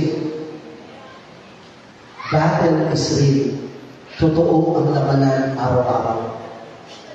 Kaya, yan ang dahilan, mga minamag ko, sa buhay ng Diyos sa atin, God wants to check our sincerity of obedience to Him. God wants us to perfectly obey God in our life. Sa buhay po ng Diyos sa atin. Yes, nung tayo po, nung nabautismo na po tayo, ang sabi mo sa Romans chapter 6, our old self has been died together with Christ on the cross. Amen? Amen? Namatay na po tayo yung ating lutong pagkatao kasama ni Kristo sa krus. Hallelujah! Hallelujah! Totoo kaya? Ang sabi po, kapag nabautismo na tayo, yung old self natin namatay na po kasama ni Kristo sa krus. But it manifests again in our lives. Kaya pala, yan yung sinasabi, carry your cross. Hallelujah! Jesus Christ finished the course of carrying the cross. Yan yung hinahangad ng Diyos sa atin. All things must be done out of the obedience. Hindi po sapat na namin na po tayo sa church. Kaya sabi kanina, doon sa pinapag-aralan natin kanina, church needs the glory. In order for us to come before God, in order for us to enter to God's kingdom, in order for us to have eternal life, we need the glory of God. Hallelujah! Hindi natin kailangan ng name ng church. Hindi natin kailangan sa buhay na basa sa atin na meron tayong church building. What we need now as a believer is the glory of God. Hallelujah! Sabi nga po natin, we need the glory of God. Pero ang sabi ng salita ng Diyos, where is the glory of God? Only in Christ. Only in Logos. Only in the Word. That's why, if you want the glory of God, you need to obey the Word of God. Without obeying the Word of God, God's glory. Amen. Kaya kung nandito po tayo sa loob ng church, but we do not obey the Word of God, we cannot have the glory of God. And if we do not have the glory of God, hindi po tayo makakapasok sa harapan ng Diyos. Our names will not be written in the book of life. Maliwanag po. Alam niyo, nung last Friday, when Pastor John is talking about the house, the mansions, lahat yun naging maliwanag sa akin yung last Friday. Sabi ko, Lord, salamat sa Panginoon kasi niliwanag mo ang lahat. Totoo. Kasi bakit? Nung sinabi ng Panginoon sa atin na in John chapter 14, verse 1 up to 3, ang sabi niya doon, di ba? Believe in me and believe in God and also believe in me because I will go to the Father and I will prepare you a house. And in my Father's house, there's too many mansions. Tama? Sabi ko doon, matagal akong mananampalataya na iniisip ko na mayroong langit at may mga bahay-bahay na titirahan ulit ako. At alam ko, yan din ang ipinangawan ng maraming mga pastor sa kanilang mga mananampalataya. Kailangan mansyon ang tirahan mo doon. Hallelujah. Kaya nga mayroong isang awitin na langit na tahanan sa akin yung inilaan. Amen. So sabi ko, kailangan may matirahan. Pero remember, you are already spirit. And spirit doesn't need any space to live in. Hindi nangangailangan ng space ang spirit. Ang nangangailangan ng space, body. Hallelujah! Hawakan mo yung katawan niyo. Kailangan nito ng damit. Kailangan natin ng bahay. Amen? Hallelujah! Hindi na kasi, paano masabi mga nasa labas? Ang bahay nila, daan. Bahay pa rin yun. Hallelujah! Pero yung spirito natin, hindi na kailangan ng space. Amen? Kaya, kung sinasabi ng last Friday, that I will prepare you mansions, He's not talking about mansions, place, house. He's talking about glorified bodies. Titirhan ng kaluluwa. Amen? Do you understand? Sabi ko, ang sarap na inindihan na, yun pala yun. Ang tagal. Kaya kanina, explain sa atin yung 2 Corinthians chapter 5, if this tabernacle that is within us now will be destroyed, we have a new tabernacle in heaven. So, ano yung tinutukan ni Pablo? Katawan. Hallelujah. Pero hindi tayo magkakaroon ng glorified bodies if we do not have the glory of God in us. At paano tayo, sabi kanina, paano tayo magkakaroon ng glory ni Lord? Only through His obedience in the Word of God. At ito po yung ginagawa natin ngayon. Hallelujah! Ito yung naging struggle ng mga Israelita. Sumunod sa salitaan ng Diyos. Sino lang ang sumunod? Caleb and Joshua. Pero ilan ang Caleb at Joshua dito ngayon sa atin? Amen. Marami na nasa loob sa atin ng church, pero walang kakaunti lang yung sumusunod. Amen po ba? To be a Christian is not only attending the church. It's not only about prayer. Yun yung sinasabi ko sa atin. To be a Christian, isang mananampalataya, isang Kristiyano, isang believer, you should obey the Word of God. Kasi sabi doon, because Jesus Christ is the Logos, and the Logos became His body. That's why death has no authority in Him. Amen po, bakit? Kasi nanatili siya Logos. Nung siya'y kapiling ng Ama, Logos siya. Nung nagkatawang tao siya, nanatili siya Logos. It means there's no change. Hindi ko ako sa sanlibutan na siya. Nabuhay na siya sa sanlibutan. No! He remained as the Word. Hallelujah! The Word remained as Word. John 15, said, remain in my word and let my word remain in you.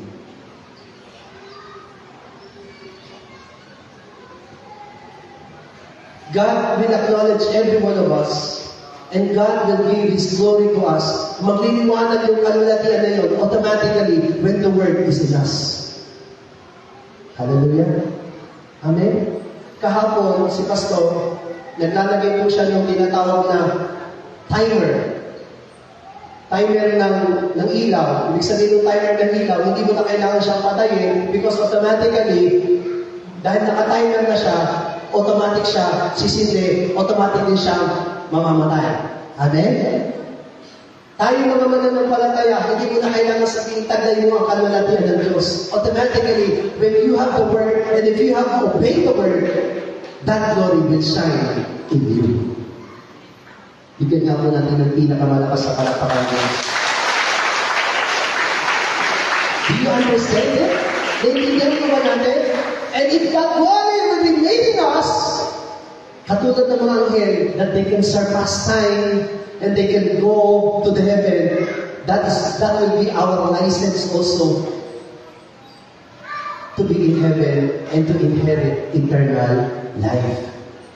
Hallelujah. Pero this is struggle. Struggle is real.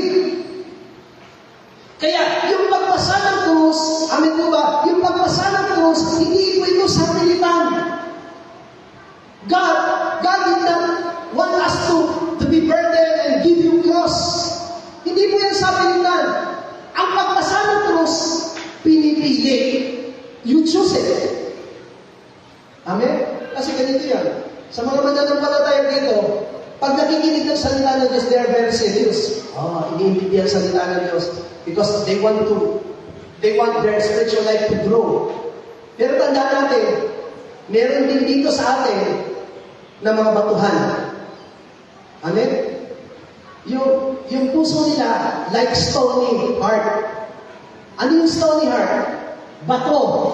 Nakikinig ng salita ng Diyos, pero dahil bato, hindi pinakablan.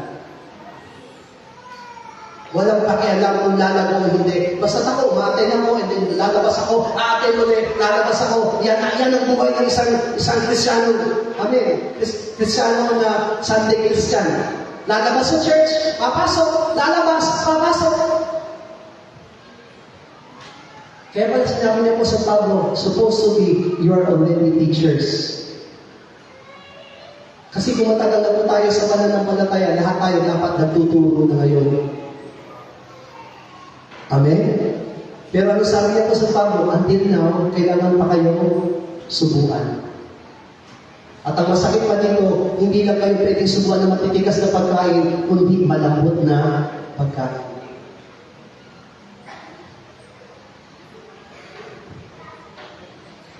You have to choose. Because I want to follow the Lord Jesus Christ, I need to carry my cross. And my cross is really this, to fight. Amen? I need to fight. I need to deny my own self. Lahat po tayo yan ang struggle natin. Yung denying our own self. Kasi araw-araw nagmamanifesto. Araw-araw gumagawa siya sa atin. Araw-araw nagpapakita siya sa atin. Hallelujah! Every minute, every second, every day.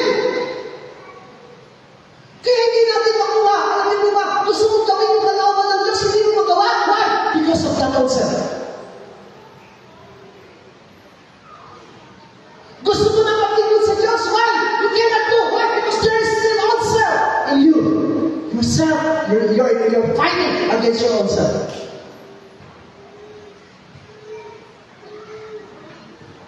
Because you're not burning, you're not carrying the cross. Kaya sabi ko, Lord, ito na talaga, ito pala yung cross. Amen po ba? Ito yung talagang labanan. Amen po ba? Saan nagtagumpay ang Panginoon? Saan lugar naging matagumpay ang Panginoon? Mga minamahal na kapatiran, saan ipinakita ng Diyos ang kanyang katagumpayan? Diba? Nung doon sa cross, ang sabi niya, it is finished. Hindi ka nanalo sa tanas. I have done the work of my Father. Kasi yun yung Gethsemane, nagkaroon ng tinatawag ng mind si Jesus Christ na, oh, if you can remove this cup of suffering. Amen? And then quickly, he changed the word, not my will, but let your will be done. Nung, alam niyo po, tignan niyo maigi. Nung pinaningin niyo yung kanyang mga alagad in the Garden of Gethsemane, when he go back with his disciples, anong nasa pangalan sa mga alagad? Natutulog, di ba? They are sleeping. And Jesus Christ said to them, hindi ba ninyo kayang makipagpuyat sa akin kahit isang oras? Because at that time, masakit yung nararamdaman ni Jesus. Kasi nag-iisa siya. But he said, di ba, even though you left me, I have my Father in me. I am not alone. Buti na lang si Jesus Christ, inangkin niya sa kanyang buhay na kahit iwanan siya ng mga alagad, He is with the Father. Hallelujah. Ano nangyayari sa atin? What is our struggle? Ang struggle natin mga minamahal ko, marami sa ating humahatak. At pag nakita natin yung humahatak sa atin, yung paypay, nakikigaya na rin tayo sa kanila. Amen? Pero tandaan natin, walang dapat magtagumpay kundi si Kristo sa atin. Kaya alam niyo po ba, mapapatunayan nyo, kapag napagtagumpayan nyo yung lumang pagkatao ninyo, si Kristo yung nabubuhay. You will experience that. Everything that you will do is according to Christ. According to Christ's will. Why? Because you overcome your own self. Hallelujah. Sabi nga po natin, oh my soul, overcome! Oh my soul!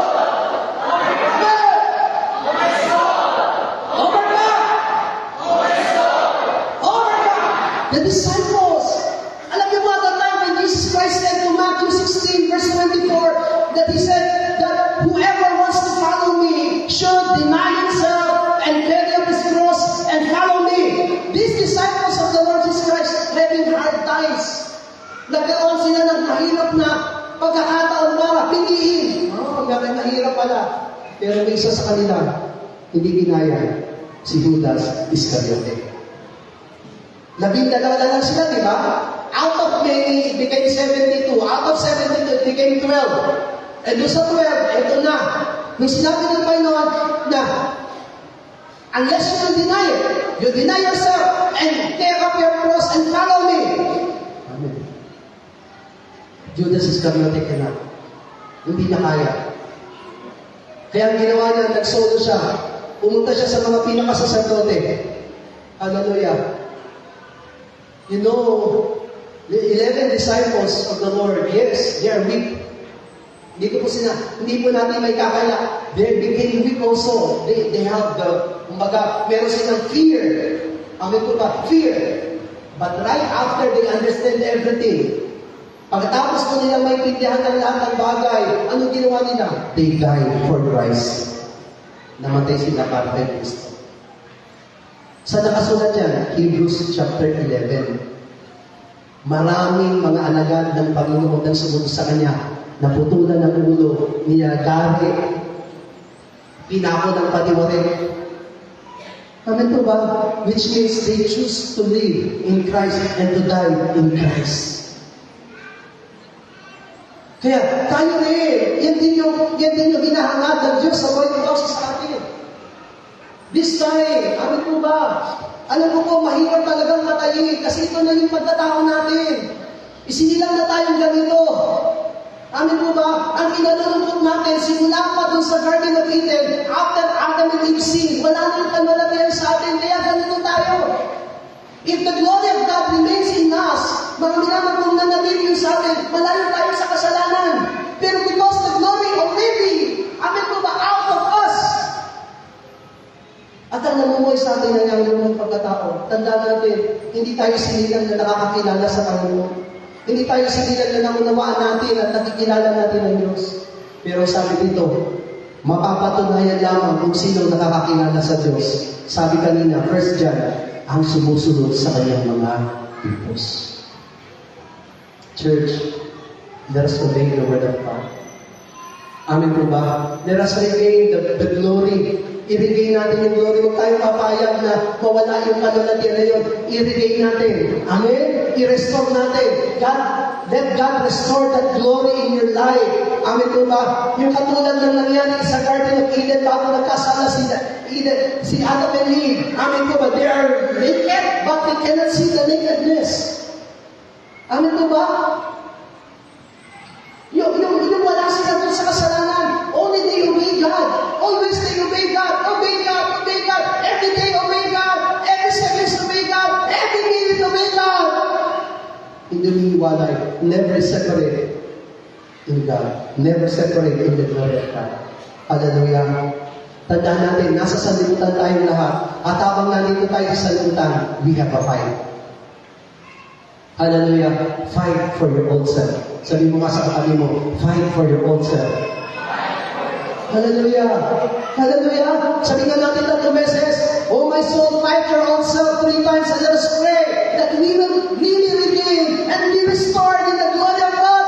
Oh my soul, fight your old self. Oh my soul, fight your old self. Oh my soul, fight your old self. Ama namin Diyos, tuloy nga po kami nagpapasalamat, Panginoon God, sapagkat nililiwanag mo ang mga salita sa buhay ng sa amin now. Oh Lord God, we have already decided to follow you, oh God. But now, oh God, that we are in the church, help us to carry up our cross and follow you, oh God, and deny ourselves, Panginoon God.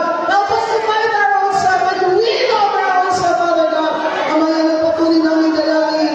Tulungan mo kami, aming Diyos, na hindi manifesto ang nawang pagkatao sa Panginoon God, sa amin, Panginoon God, sa mga tayo namin, Panginoon God, na mawala yung pangako mo na Panginoon God, mawala ang pangako mo na nakapasok kami sa iyong kanilan. Hallelujah! Hayaan mo, aming Diyos, na ang logos na yun, yung salita, Panginoon God, ay manatili sa amin. Help us to obey your word. Help us to obey your word. Help us to obey your word, Father God. Sapagat yan lamang ang hangarin namin at inanasa namin sa buhay ng bawat sabi sa amin. At alalalim mo kami, Father God, na ikaw ang tutulong at gagawin sa buhay ng bawat isa sa amin. Salamat mo, Panginoon God, sapagkat tunay na ikaw ay mabuti. Tunay na ikaw ay dakila. Tunay na ikaw ay makinig ng Diyos sa buhay ng bawat sa amin. Oh, my soul overcome! Oh, my soul overcome! Oh, my soul overcome! Oh, my soul overcome! Kaya Mama, na mahayag ang kalooban mo tayo para sa aming mga buhay.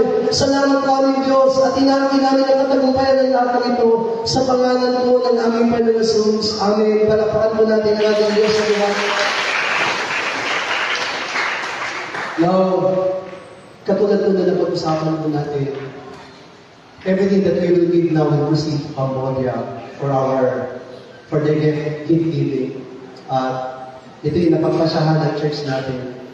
And let our hearts be open to give this. At kapag ibinibigay po natin ito, think about it, you do it for the Lord. Ginawa mo yan para sa Panginoon. Amen po ba? So lahat ng marinig po ngayon ay magpupusin po sa Cambodia. Let us give our first special offering.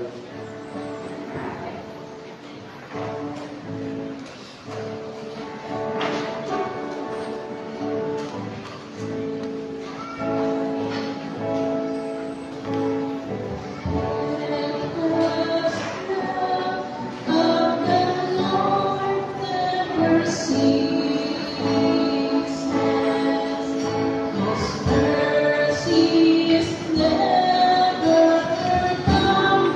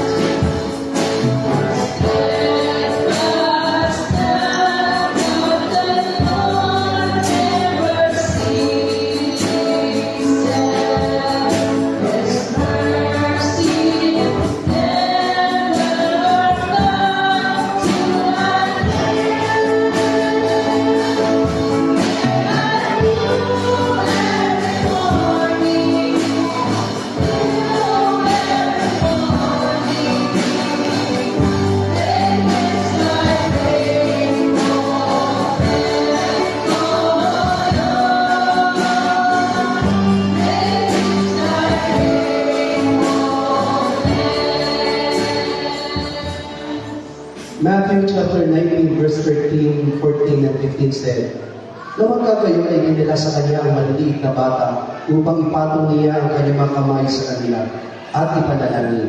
As sinaway sila ng mga alagad, tatapat sila ni Jesus, pabayaan niyo ang maliliit na bata at huwag ninyong pabawalan silang magsilapit sa akin, sapagkat sa ganito ang kaharian ng langit. At ipinatong niya ang kanyang mga kamay sa kanila at umalis nila. Child dedication is really, I think, will of God. Pero kailangan maintindihan mabuti lahat ng nagpapadedicate ng mga bata. There's really a good and obligation, a great obligation for the parents na kapag kayo po ay nagpa-dedicate ng bata. Dedication is very far from baptism. Hindi tayo nagbibinyag ng bata sa church. We try to dedicate. Ibig sabihin, itinatalaga, ipinapanalangin natin sila sa Diyos sapagkat sila ay galing sa Panginoon. And we will be thankful. Kaya sa Matthew chapter 19, nung nagdala sila ng bata sa Panginoon Jesus, hindi sila binaptisman ng Panginoon. They were laying hands. Ibig sabihin, itinanalangin sila at sa pamamagitan ng panalangin na yun, ay patuloy na naranasan nila ang kabutihan ng Diyos. Kaya po sa bagay ito, magpapagdededicate tayo ng bata, not to baptize them, but to give praise and to give thanks to the Lord sapagkat kinikilala natin na sila ay galing sa Diyos. Lahat mo na gusto magpa-dedicate sa bagay ito, please come forward at tayo may magdededicate ng bata.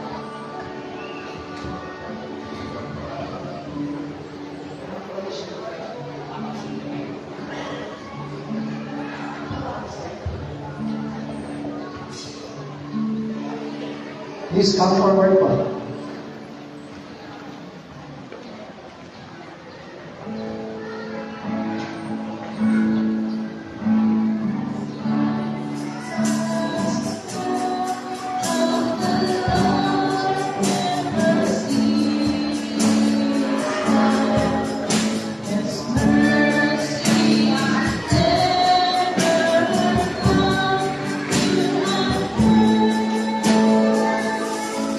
Praise the Lord.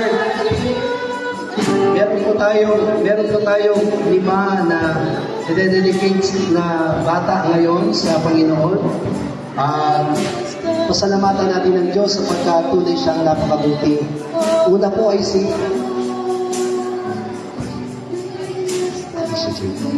Sige po, pwede ba worker pakahawak ng microphone?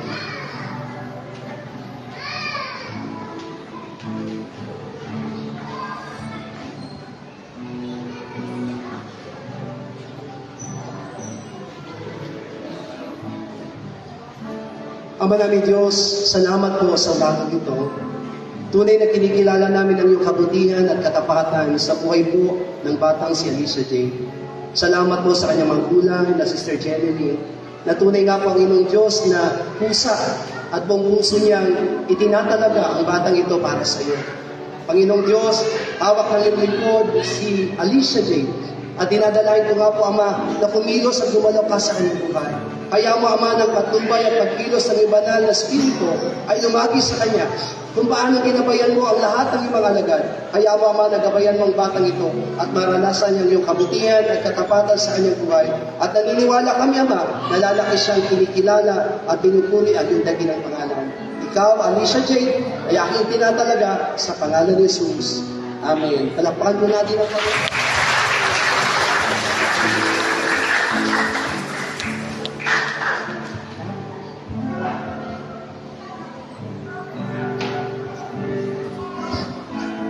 Aming Diyos, narito, Panginoon God, ang batang si Clay. Salamat po, Panginoon, sapagkat tunay na kalooban mo na siya ay maparito at mailagay, Panginoon Diyos, sa iyong paanan upang ikaw, O Diyos, ang kumilos at gumalaw sa kanya. Ama, narito si Clay, Panginoon God, at kasama ng kanyang ina, Panginoon God, dalangin po namin na tulungan mo ang batang ito, Panginoon Diyos. Kaya mo lumaki siya na may takot sa iyo at patuloy na kinikilala, sinasamba ang iyong pangalan sa kanyang buhay. Ilip mo siya, Panginoon Diyos, sa pamagitan ng iyong kalooban at hawak ng iyong lingkod, Panginoon God, ang batang ito upang maitalaga sa iyong pangalan. Ikaw, Clay, ay aking tinatalaga sa pangalan ni Jesus.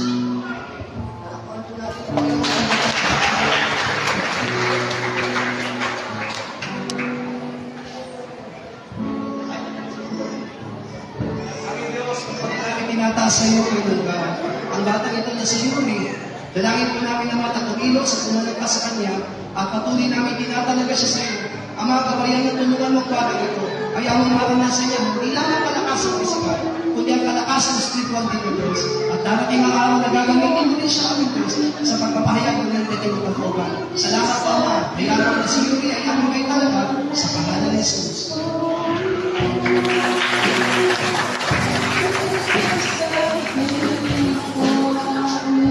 Aming Diyos, salamat po sa pagka narito si J.P. Panginoon na tunay, kasama ng kanila. Dalangin po namin naman, may talagarin ng bata nito, Diyos, lumilos at lumalakas kanya. Kaya mo pinagaling kanya sa bait kanya at mapurihan sa pamamagitan ng kanyang buhay. Ingatan mo po ang bata nito, Panginoon, sa Diyos kanyang pagdating. At ay ang mga mali ka lamang, Diyos, ay pinagaling niya sa Espiritu at Tutuhan. Ikaw ay J.P. aking tinatalaga sa pangalan ni Jesus.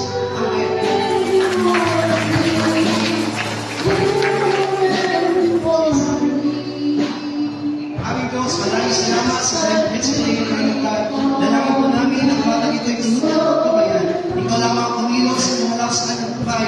At ayaw mo pa ng Diyos na ikaw ang kanyang hinananin, pumili sa tahimik at natagas sa kanyang pagdating. Ingatan mo kanyang pisikal at ayaw mo Diyos na kanyang spirito ay maingatan sa pamamagitan ng salita. Ikaw Diyos ko rin na aking itinatalaga sa pangalan ni Jesus. Amen. Pagkakapon na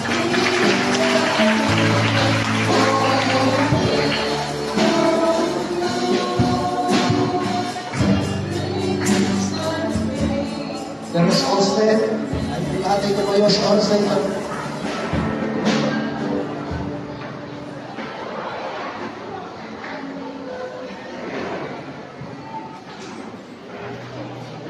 Lahat po ng nakantala po nating programs will be proceed on January 1. Magkakaroon po tayo ng dalawang service next week. It will be morning and evening. So, yan po yung gagawin po natin. Morning and evening, magkakaroon po tayo ng service because that is our opening for our new year. Amin po ba? So, meron po tayong gawain ng umaga, regular service, and then special service po in the evening. Let us pray the Lord's Prayer. Ama namin nasa langit, sambahin nawa ang pangalan mo. Ikaw nawa ang maghari sa amin. Sundin nawa ang iyong kalooban dito sa lupa tulad ng sa langit. Bigyan mo po kami ng pagkain kailangan namin sa araw na ito at patawarin mo po kami sa aming mga kasalanan tulad ng aming pagpapatawad sa mga nagkakasala sa amin at huwag mo kami iharap sa mahigpit na pagsubok kundi ilayo mo po kami sa masama sapagkat iyo ang kaharian at ang kapangyarihan at ang kapurihan magpakailanman. Amen. God bless you all.